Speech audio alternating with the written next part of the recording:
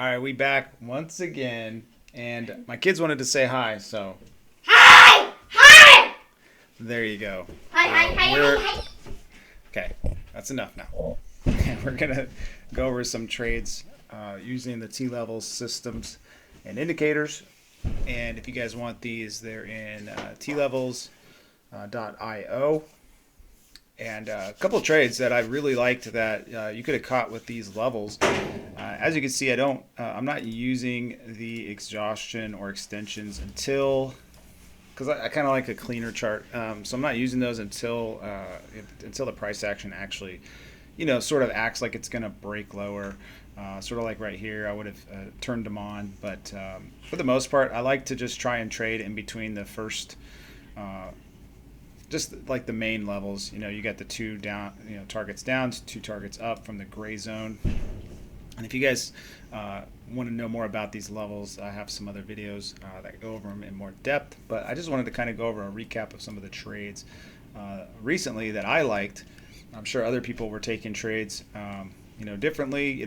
Basically, I've done a bunch of different tests with these levels, and I've used volume profiles with them. I've kind of put in my own little indicators using the SSL, using like a no-nonsense forex type of system where you have a baseline and then you have confirmation indicators. But just the basic layout here, it's pretty clean action. So sort of the one trade that I liked here was this one, the short off of the gray zone high. You had this, kind of like a quadruple top here. It sort of looked like it was going to try and break out, but then when it broke down, you had the cross, and you had a really nice trade that traded down to the. Again, we see this over and over again, where you basically go from the gray zone high down to the gray zone low, and then there was the bounce there into the open of the U.S. Regular trading session. So this was all the extended trading hours, and then they popped it. But you never really got, a trend reversal here, as this didn't last long enough. There weren't enough candles here to sort of flip the trend. And so then essentially, basically all day, you could have just been selling these rips all day long. I didn't do this. I got chopped up in this.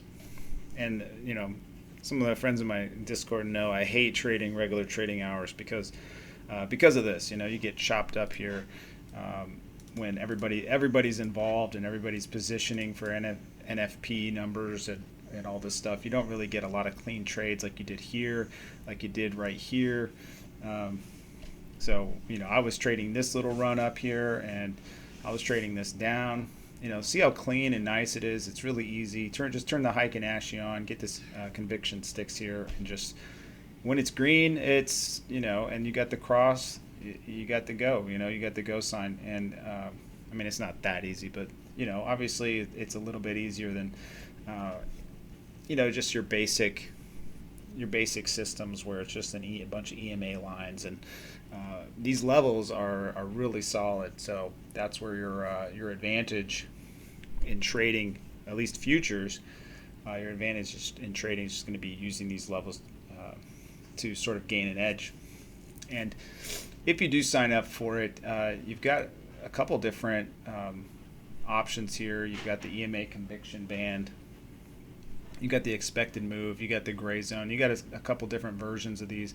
The conviction sticks basically is just going to color the candle, with the trend, and it's going to give you this nice little EMA cloud or moving average cloud. What else?